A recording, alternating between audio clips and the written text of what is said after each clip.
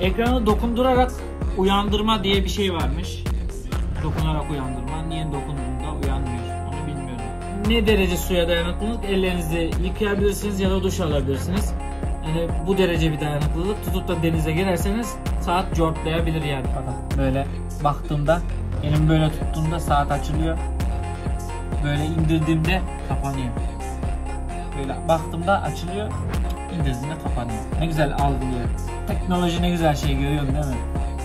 Bak açıldı, kapandı, açıldı. Bunu ayarlayabiliyor musunuz bu arada? Bak saatin 11.30'da video çekiyoruz, izleyin.